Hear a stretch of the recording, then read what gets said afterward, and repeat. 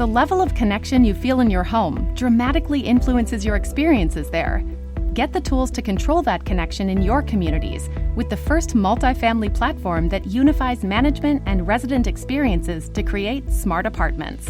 Talk to a RealPage consultant today to see how your properties can meet the future of multifamily with the Smart Building Suite. Some areas of our country are doing very well, others are doing less well. It will probably, unfortunately, get worse before it gets better. 有說佢哋話係記者，但係實際上係咪咁簡單呢？我哋亦都需要。From this evening, I must give the British people a very simple instruction. You must stay at home. We can no longer, from today onwards, be proud. We can no longer sit back and remain silent on the senseless, unlawful killing, sly racism of another human being based only on what? Their skin color. We are worried that the Chinese Communist Party make use of the evil law to further suppress Hong Kong people. This is all wrong. I shouldn't be up here. I should be back in school on the other side of the ocean. Yet you all come to us young people for hope. How dare you? Hi everyone, and welcome to Where We Are with Nina Zoe Porter, your breakdown of all the key events in the world from the past 7 days, all in one bite-sized podcast. For today's episode, here's what happened in the world this week.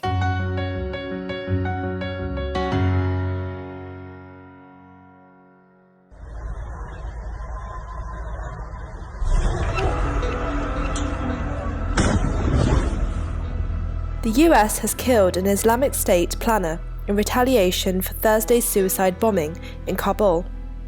Captain Bill Urban, spokesman for US Central Command, said the US military had conducted a drone strike against an Islamic State member in Afghanistan's Nangarhar province, which borders Pakistan. The strike killed one person and there were no known civilian casualties.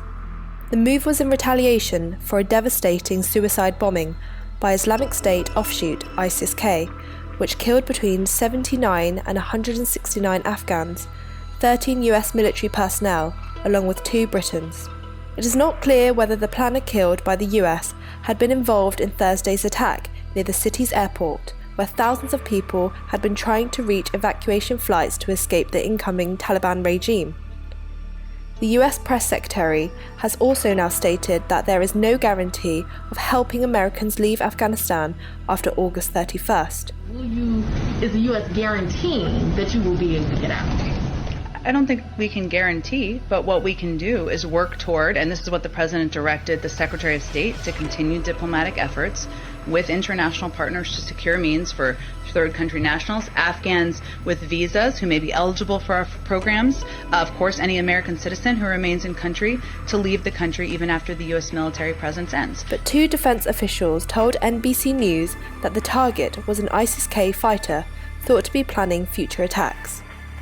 The unnamed fighter had been riding in a vehicle with an associate at the time of the strike, which was carried out by an MQ-9 Reaper drone using munitions chosen for precision and in order to minimize civilian casualties. And next.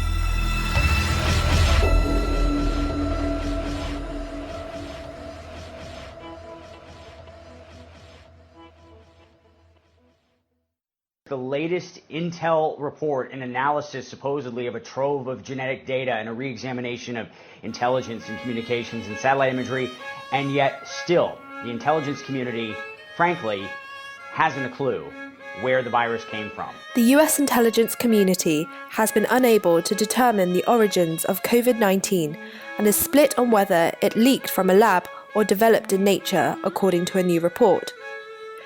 The report issued by the office that oversees the nation's 18 spy agencies did conclusively determine that it was not developed as a biological weapon. Experts warn that time is running out to gather evidence of its beginnings. China's foreign minister has dismissed the report as anti-science. The WHO have also reminded the intel team that evidence must remain scientific. We want the origins work to remain scientific, transparent, urgent, and inclusive. The report from the Office of the Director of National Intelligence said the intelligence community remains divided on COVID's most likely origin. All agencies assess that two hypotheses are plausible: natural exposure to an infected animal and a laboratory-associated incident. According to the report, several unnamed spy agencies thought COVID emerged from natural exposure to an animal infected with it, or a close progenitor virus, but they only had low confidence in this conclusion. One intelligence agency developed moderate confidence that the first human infection was likely due to a laboratory-associated incident at the Wuhan Institute of Virology, which has studied coronaviruses in bats for more than a decade. President Biden issued a statement after the report's publication, criticizing China for not cooperating with the investigation. And finally,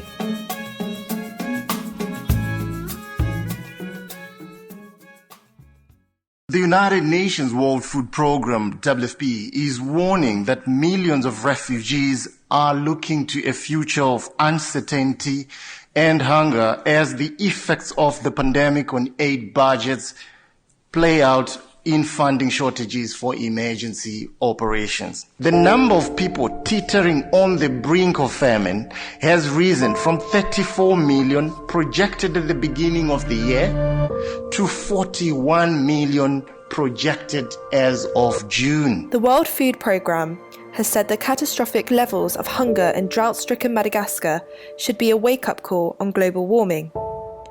The country is teetering on the edge of the world's first famine to be blamed on climate change.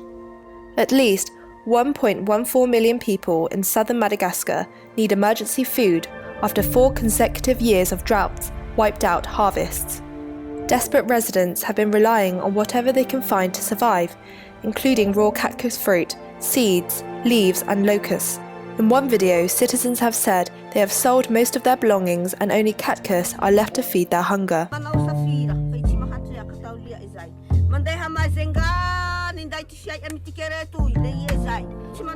The United Nations World Food Programme, WFP, has declared the crisis is because of climate change. Leaders of the UN say it's a really important wake-up call for all of us to really understand that if you are seeing wildfires in Europe or in North America and the earth heating up, the fact that a very hot day in some countries could mean people elsewhere lose their land, they lose their livelihood.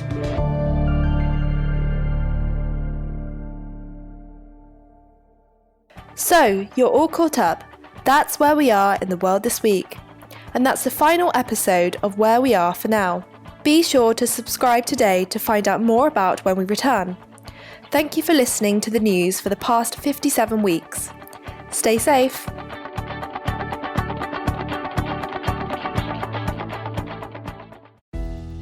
The level of connection you feel in your home dramatically influences your experiences there.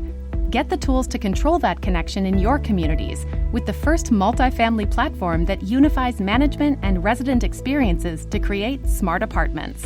Talk to a RealPage consultant today to see how your properties can meet the future of multifamily with the Smart Building Suite. Switching to Geico is a good idea, especially when you consider everything. First off, Geico makes it easy to switch. They have licensed agents available 24/7 online or over the phone. But if it's so easy, you might start thinking everything is easy, even big wave surfing. And it's not. It's actually quite difficult. Well, if you switch to Geico, you could save hundreds on car insurance. And you could keep saving by bundling your motorcycle, boat, and RV, plus your home or renter's insurance.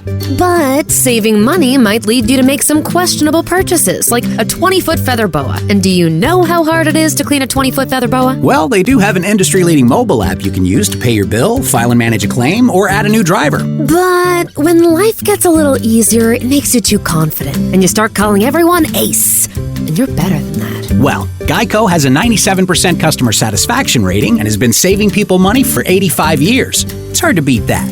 But you're right. Switch to Geico. It's obviously a good idea.